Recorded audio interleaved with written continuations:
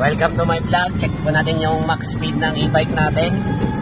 So nakita nyo po yan, 43, 45, going more, 46. Ganyan po siya kabilis. So makita nyo naman kung gaano kabilis yung e-bike natin ngayon. So kung makikita nyo, kaya po ng 48 ng e-bike natin. Legit po na 48 km per hour yan. Rinig nyo po yung motor. Ganyan po kalakas yan.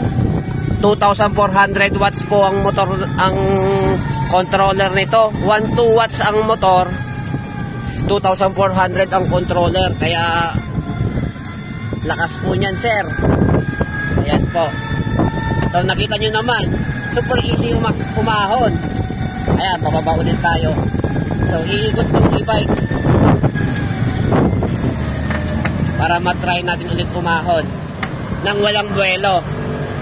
I-brake mo mamaya dun sa kuwan, i-brake mo sa ahonan. Mag-brake ka dyan sa ahonan. Ayan, pa-aahon ulit tayo, sir. So be-brake po tayo sa gitna ng ahonan. Sige. Yan. Sige, brake ka dyan. Brake. Up, abante. Oh, ha?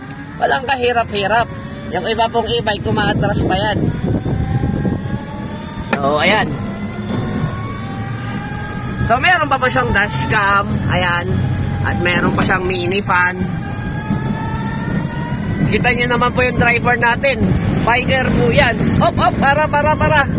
Okay.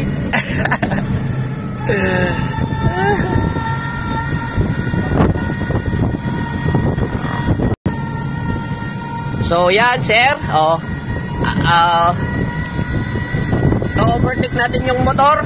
Ayan po, makikita nyo po yan, yung motor na yan. Overtake po natin yan. Ayan, iwan siya ngayon. Ha? Sige, park mo muna dyan. Para makita nila, sir, kung anong meron sa 4 wheel na to. Sige, park. Okay.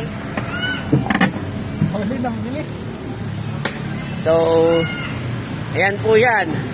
Okay? With extra tire, complete accessories. Tapos may dashcam na ngayon yan. Okay?